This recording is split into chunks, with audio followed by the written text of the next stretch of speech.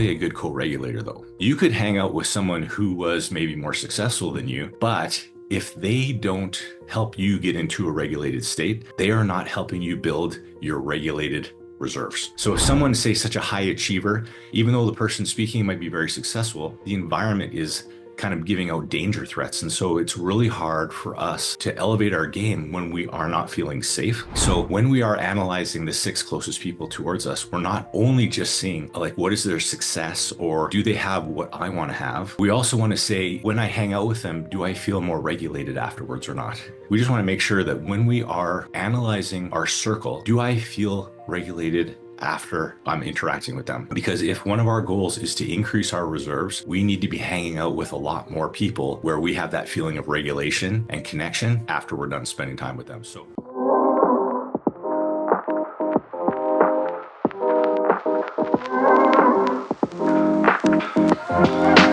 hello everybody, and welcome to another episode of the Informed Chiropractor. This is Dr. Don MacDonald, your host.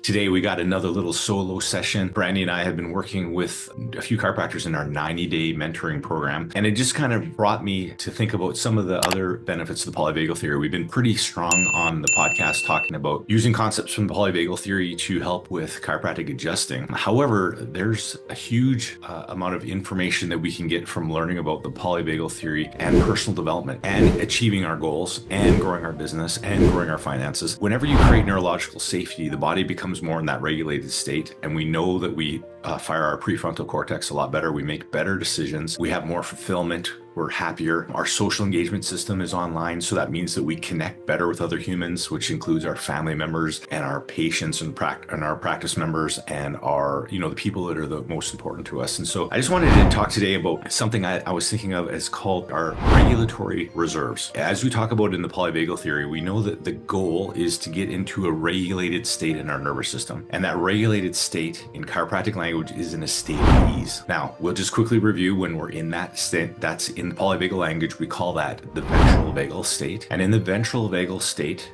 we are using our parasympathetics without cues of danger. So we have safety cues. And what that does is that helps to turn our social engagement system online, which are the 5 cranial nerves that control all of our facial expressions: hearing, sight, taste, head movements, eye movements, quick reactionary expressions through our facial expressions, like all those things which helped us to become social. And the funny thing about that is when you have that regulatory state where you're regulated, it just makes your life easier. Like every interaction, whether you're at the gas station, whether you're at the grocery store, whether you're at the bank, when you're trying to influence people, like as chiropractors, we're trying to help people become healthier. So we're often teachers, we're trying to educate people. And the thing is that when we're in a regulated state, we amplify all of our effectiveness. The MacDonald Safety Corridor Protocol is all about amplifying what we already do in chiropractic. And the same thing is if we learn about this regulatory state of being regulated, it actually makes us amplified in every single thing we do in our life. So I'm just going to talk about 5 things you can do to increase your regulated reserves. Now, what do I mean by regulated reserves? We always love Joe Dispenza, and we reference him often. And what he says is that neurons that fire together wire together. And so our nervous systems are usually wired for safety or for threat. Yes, we still go back and forth. However, there's usually a predominantly dominant firing network. And for most people, that's dysregulated state, which is neurologically hardwired into our body. So when we are hardwired for stress, whenever anything throws us off or dysregulates us, it takes a long time for us to get back on track. And so when I talk about the regulated reserves, what I'm talking about is that if we work away from our stressors of life to improve our reserves, then what happens is when we do come into a situation where we become dysregulated, we come back online a lot quicker. Now, we always talk about analogies with I love golf, and Brandy loves golf too, so we usually use golf analogies as our examples. But the thing that differentiates a pro golfer from like a weekend golfer, that they never make a bad shot. So same thing with this. When you have regulated reserves, it doesn't mean you're never going to get dysregulated. So we clear that up right off the bat. However, when a pro golfer makes a bad shot, they regroup really quickly, and the next shot is usually right on the fairway or right on the green. And so they recover super quickly. And the same thing happens if we have regulatory reserves. So we're regulated most of the time. We've rewired that network. We have a lot easier time to get back on track. So as a chiropractor, you're in a busy day, you're going table, table, table, table, and then one person just like throws you right off. I'm sure you've always had that. And then if we haven't had built up those reserves, often we're into the future patients now or practice members, and we're still thinking back about that stupid one person. And then we go home and we're still thinking about that person. And then we're going and eating dinner with our family and we're still thinking about that person. And then you go to bed and you're dreaming about that person. And so what our goal is to get more success in life. We need that regulated state to become more kind of like a more of a highway. It needs to be a more well-beaten down path so that becomes more default. So here's 5 different ways that we can work on improving the reserves. Now, the first one is co-regulators versus who you hang out with. Now, the reason I differentiate these is that one of the first, personal development things that I learned was you become like the 6 people that you hang out with most, right? And so typically in the old business, like when you're trying to grow your business or trying to be a better chiropractor, trying to be a better person, the key word is you want to have a mastermind. You want to hang out with people that are more successful than you so that kind of like the vibes rub off on you so that can help to influence you. Now, I like to just change it up to, are they a good co-regulator though? So you could hang out with someone who was maybe more successful than you, but if they don't help you get into a regulated state, they are not helping you build your regulated reserves. So if someone's, say, such a high achiever,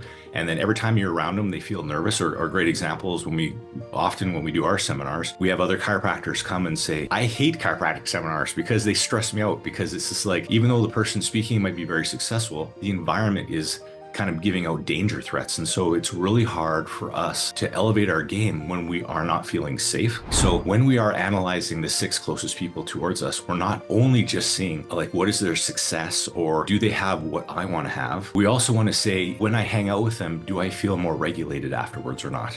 Because if you don't, like, again, if you think of like the high school romance, which is the breakup, makeup, breakup, makeup, there's lots of drama, right? So there's lots of dopamine, lots of craziness. However, half the time it's massively dysregulation. And then the makeup time is like the dopamine hit. And so we just want to make sure that when we are analyzing our circle, are those people, and that could be friends, family, business partners, associates, all that kind of stuff, do I feel regulated after I'm interacting with them? Because if one of our goals is to increase our reserves, we need to be hanging out with a lot more people where we have that feeling of regulation and connection after we're done spending time with them. So the first thing I'll do is just look at your circle of influence and determine for yourself, is that a regulated state or does that create dysregulation? Now, the second one is financial. Now, this is an interesting one. Many chiropractors don't do this. I'm sure there's some that do, but a lot of them don't. One of my big mentors, Dr. DeMartini, when I asked him early on, probably about 20 years ago, what was the biggest challenge in the profession? Because those are the days where me and Brandy were like, we're going to save the profession. And so I always wanted to know what we could do to help the profession the most. And I asked him, I said, what do you think is the biggest challenge with the chiropractic profession? And he said straight up that chiropractors don't save enough money. And I was like, how does that have to do anything? Well, shouldn't they be better adjusters, or shouldn't they know the philosophy better? Or and he's like, no. Because what happens is, if we do not have enough money saved in the bank, things dysregulate us way easier. So you have a bad day, a bunch of people cancel. That's very dangerous for you financially if you don't have good savings. If you're doing a report of findings with someone and you've only had one new patient for the last 3 weeks and that person turns down care, that's extremely stressful for you. That will dysregulate your nervous system. So one of the biggest things we can always do is set up a forced savings program to build that net worth, which the net worth equals your self-worth. Because if you get to the point where we've been at for a long time, where your biggest bill payment is to your savings, just subconsciously, that gives you a level of safety in the background. It just helps to build up those reserves, because you know if something goes sideways at work, you're still going to be okay. Even as a chiropractor, you go skiing and you break your leg and you can't practice and you have no savings, you're screwed.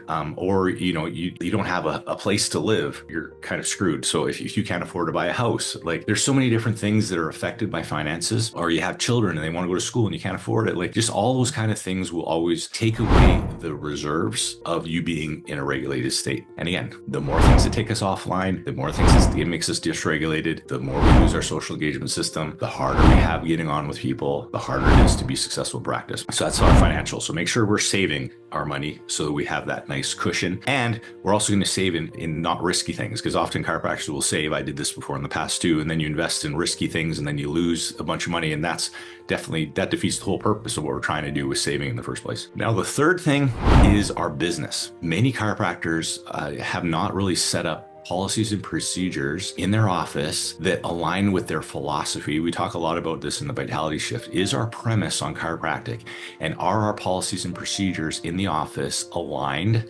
so that we kind of create that momentum? Because if we have a premise that chiropractic's about like our vitality and removing nerve interference and living our best life and being connected and being in a state of ease and being safe, and our office is a chaotic mess and nobody knows what's going on, and none of the CAs have been trained, and people working there don't even like each other, and sometimes you're dreading going to work. Like, all that stuff is drawing away from building those regulated reserves. And so that's a really big thing. That's why it's super important to clean up the procedures and policies, streamline things.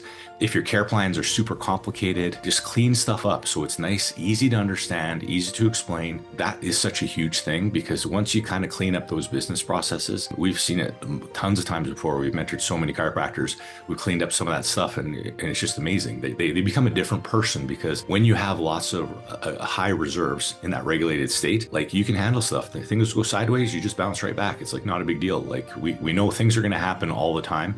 It's just, can we bounce back from it? The fourth thing, relationships. Now, this is a big one. This is relationships, with your family, with your spouse, with your staff. Keeping these, Brandy always says, leaving things left not unsaid. So we want to make sure everything is said. When we're holding resentments, we don't know how to communicate, we haven't set boundaries, those things just drag in the background all the time on our reserves. And so if we have really messy relationships without closed loops agreements, even the relationships with our practice members, if we've not made clear agreements of what their care plan is, what the expectations are, what they're going to do, what you're going to do, clear, like even your fee schedule, is it clear?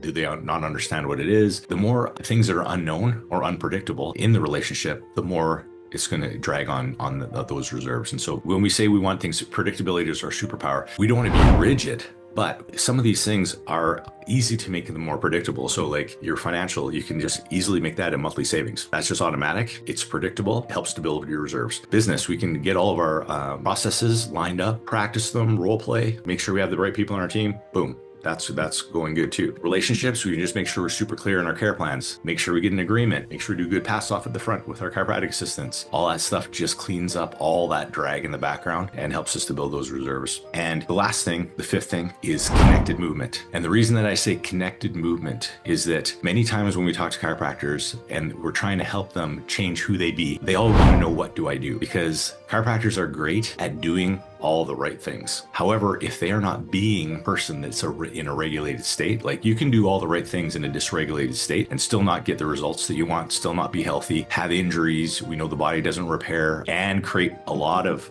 frustration. Then we think chiropractic's not working too, because we have all these other things that are dragging on our nervous system, which is constantly pulling us out of a regulated state, which decreases the effectiveness of our chiropractic care, decreases the effectiveness of the nice diet that we're eating, decreases the effectiveness of the exercise that we're doing. And so the reason I like to say connected movement is when we have a state of, say, sympathetic that's paired with ventral vagal, that's a state of connected play. So for example, when I used to play basketball, I'm in a sympathetic state, but I'm not having cues of danger. So I'm connected. And then I'm also interacting with other people around me. Now that my knees are all banged up and I can't do basketball, I really love spin class, because spin class is, we're all like pedaling to the beat. So we're all like a metronome, and we're actually in a sympathetic state, but no danger, but connection and fun play. The other thing is actually doing some weight. So it's funny, we were working with a few chiropractors who love to do like CrossFit and stuff, and nothing wrong with CrossFit. The challenge is, if you're a crazy busy person and you don't like to be in your body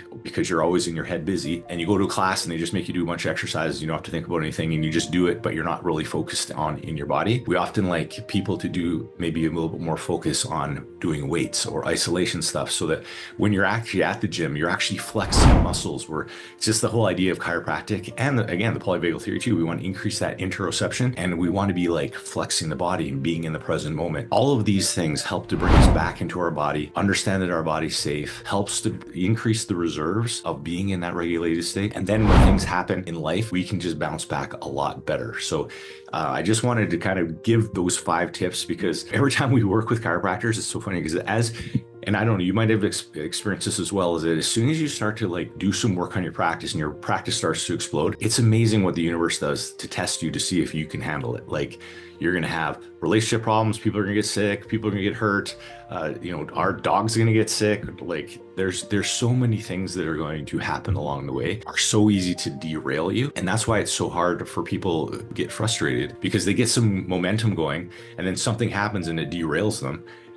But they're derailed for a month or two and they don't get back on track. I see this lots of time with our practice members who are on a good exercise program and they go away on holidays for a week and they come back and then they don't get back on the exercise program, maybe 6 months or a year or never. And so I think it's super important to just have a plan on how we can build up those reserves. I think that's been a big learning experience for me.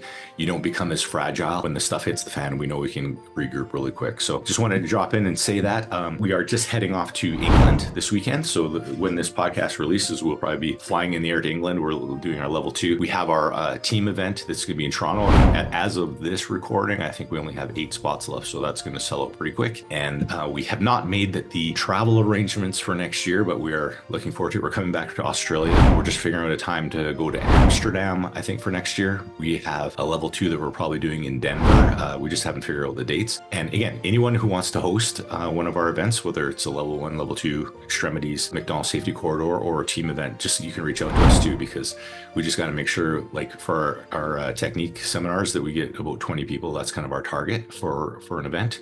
And then we can come out and see you if you don't want to come traveling to the sparse places that we travel. So hope you guys are all doing well. Hope to see you on the road. And if not, we will see you again in 2 weeks.